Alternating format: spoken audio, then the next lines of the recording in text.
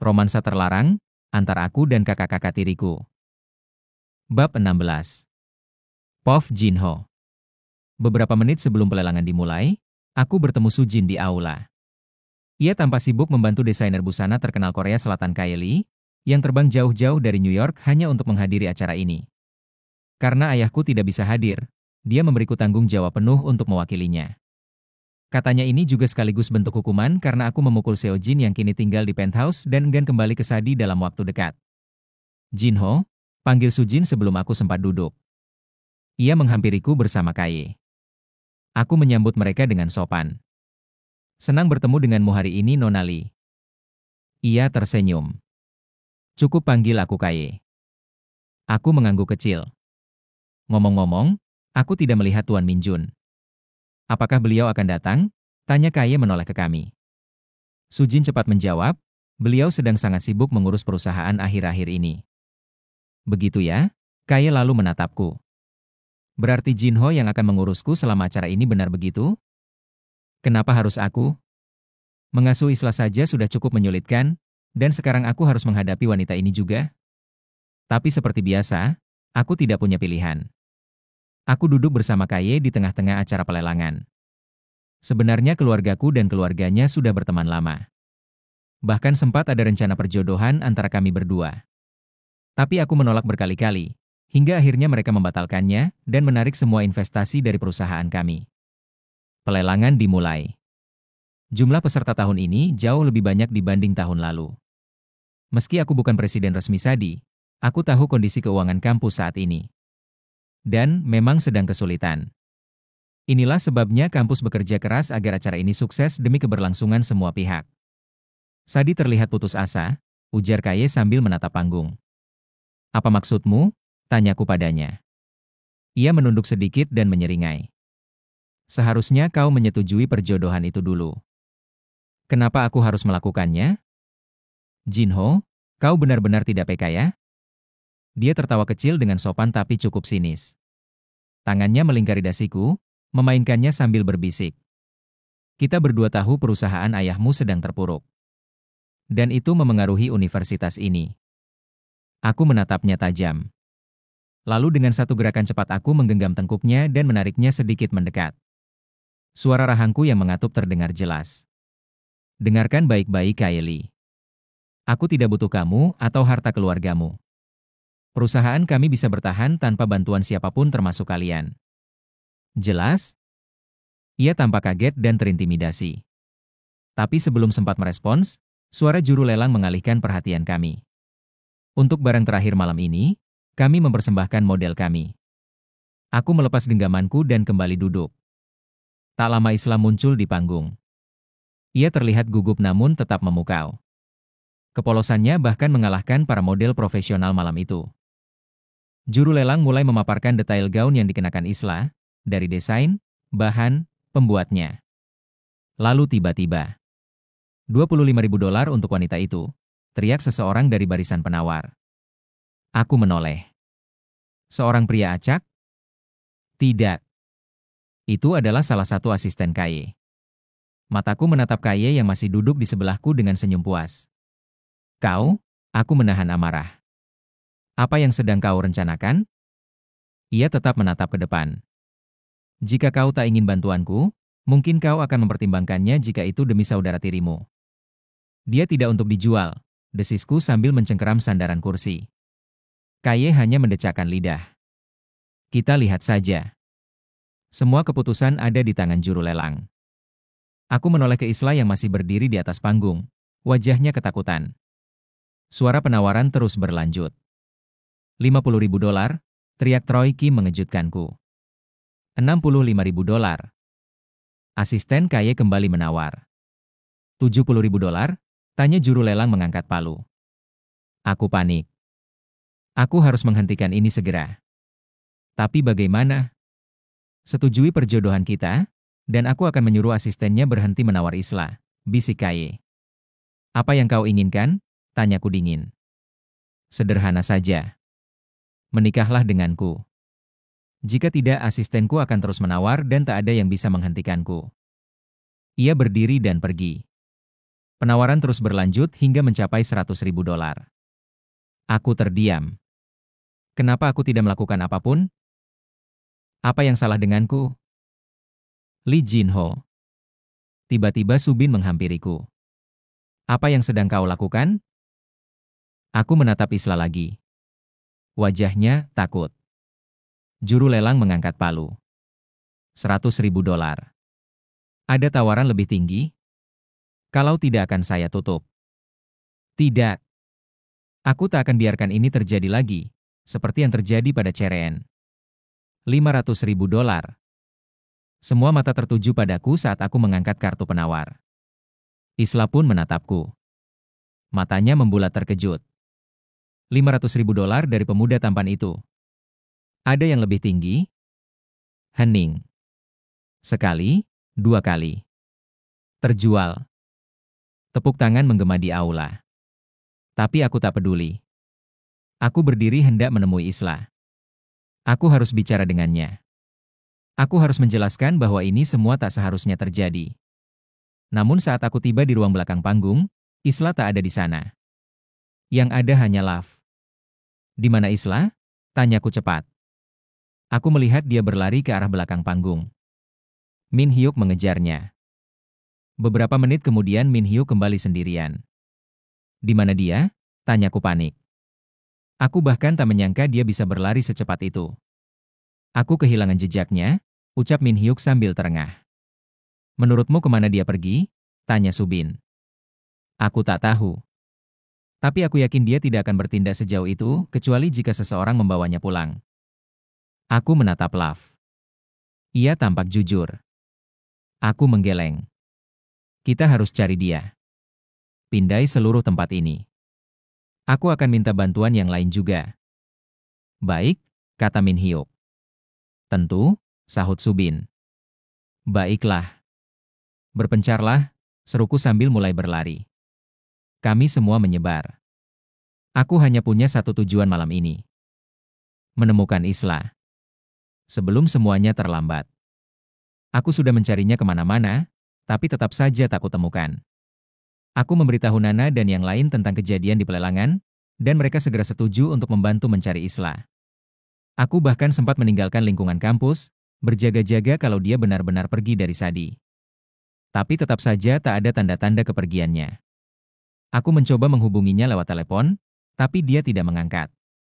Akhirnya aku kembali ke kampus, dan menemukannya di ruang kuliah kami. Dia duduk di sudut di kursi yang biasa ia tempati. Masih mengenakan gaun dari peragaan tadi. Sejujurnya aku ingin mengatakan betapa cantiknya dia malam ini. Aku mendekat perlahan dan berdiri tak jauh darinya. Isla? Dia menyeka pipinya sambil tetap menatap keluar jendela. Kemudian perlahan ia menoleh padaku. Apa yang kau lakukan di sini? Gumamnya dingin. Tinggalkan aku sendiri. Maaf soal yang tadi, ucapku lirih. Aku tidak pernah membayangkan akan ada hari dalam hidupku di mana aku dilelang. Suaranya bergetar. Katakan padaku Jinho. Apakah aku hanya bernilai $500.000 untukmu? Aku bisa merasakan luka dalam suaranya meski ia berusaha menahannya. Serendah itukah pandanganmu terhadapku sebagai manusia? Tidak. Tentu tidak. Kalau begitu kenapa kau melakukannya? Aku menarik napas panjang. Kau tidak mengerti. Bagaimana mungkin kau bisa melakukan itu padaku? Ia berdiri dengan kasar, menunjuk wajahku. Kupikir semuanya baik-baik saja. Tapi ternyata kau hanya berpura-pura di depanku. Kalau kau mau mendengarkan. Aku muak, bentaknya, matanya mulai berkaca-kaca. Aku benci kalian semua, termasuk kau Lee Jinho. Aku seharusnya memilih Mizuki sejak awal. Kau bahkan tidak layak untuk dicintai. Semua yang ia katakan menghujamku. Tapi aku menahan diri. Aku tak bisa kehilangan dia seperti aku kehilangan Ceren. Aku menawar malam ini bukan karena harga, tapi karena aku ingin menyelamatkanmu, ucapku pelan. Dia menyeringai getir. Menyelamatkanku? Dengan uang? Kau tahu betapa hinanya itu terdengar? Aku tidak meremehkanmu. Aku tidak peduli apakah kau bagian dari keluarga atau bukan. Dia menatapku tajam. Aku tahu kenapa kau bersikap baik padaku, Jinho. Karena aku mirip dengan seseorang yang pernah kau cintai. Aku merasa terpukul. Itu tidak benar. Maksudku, ya, kau memang mirip Cheren. Tapi kau berbeda. Kau Isla. Lihat, bahkan kau sendiri mengakuinya. Dia meninggikan suaranya. Kau tahu apa? Aku akan pulang. Aku muak melihat wajahmu. Dia berbalik dengan marah, tapi aku refleks meraih lengannya dan menariknya ke arahku. Dalam hitungan detik aku menyudutkannya ke dinding. Apa kau gila? Lepaskan aku, teriaknya.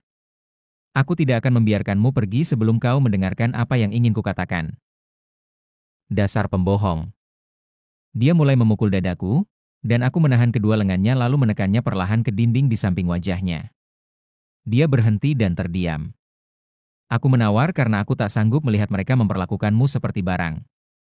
Aku tidak ingin orang lain memiliki adikku. Adik tiri, bisiknya. Aku tidak peduli lagi Isla. Kakak atau adik tiri bagiku itu tidak penting. Dia menunduk, berusaha memproses semua yang baru saja kuucapkan. Kau sangat berarti bagiku. Aku tahu aku telah bersikap buruk padamu. Aku tahu aku menyakitimu. Tapi, setelah bertemu denganmu, aku menyadari satu hal, aku tak bisa tanpamu, kataku dengan jujur. Jika seseorang mendengarkan, mereka mungkin akan menganggapku dramatis. Tapi aku benar-benar bersungguh-sungguh. Islam mengubah pandanganku tentang dunia, tentang hidup setelah kehilangan Cheren. Tapi kenapa kau tidak mengatakannya langsung tadi? Tanyanya pelan. Aku melepaskan tanganku dari tubuhnya dan menatapnya bingung. Maksudmu? Ucapannya terdengar sangat norak. Dan aku merasa canggung hanya mendengarnya. Aku terkesiap. Aku teringat momen saat dia mencium Seojin di depan semua orang. Aku tak bisa menahan diri. Kau bilang ucapanku norak, tapi kau mencium Seojin di depan umum, seruku setengah kesal. Dia terbelalak, lalu buru-buru menutup mulutku dengan tangannya. SST. Itu hanya ciuman biasa. Aku hendak membalas ucapannya ketika kami mendengar langkah kaki dan suara dari luar ruang kuliah. Siapa itu? Bisik Isla. Kami menatap ke arah pintu. Aku teringat bahwa seseorang mungkin telah memberitahu Nana dan yang lainnya. Kami dalam bahaya.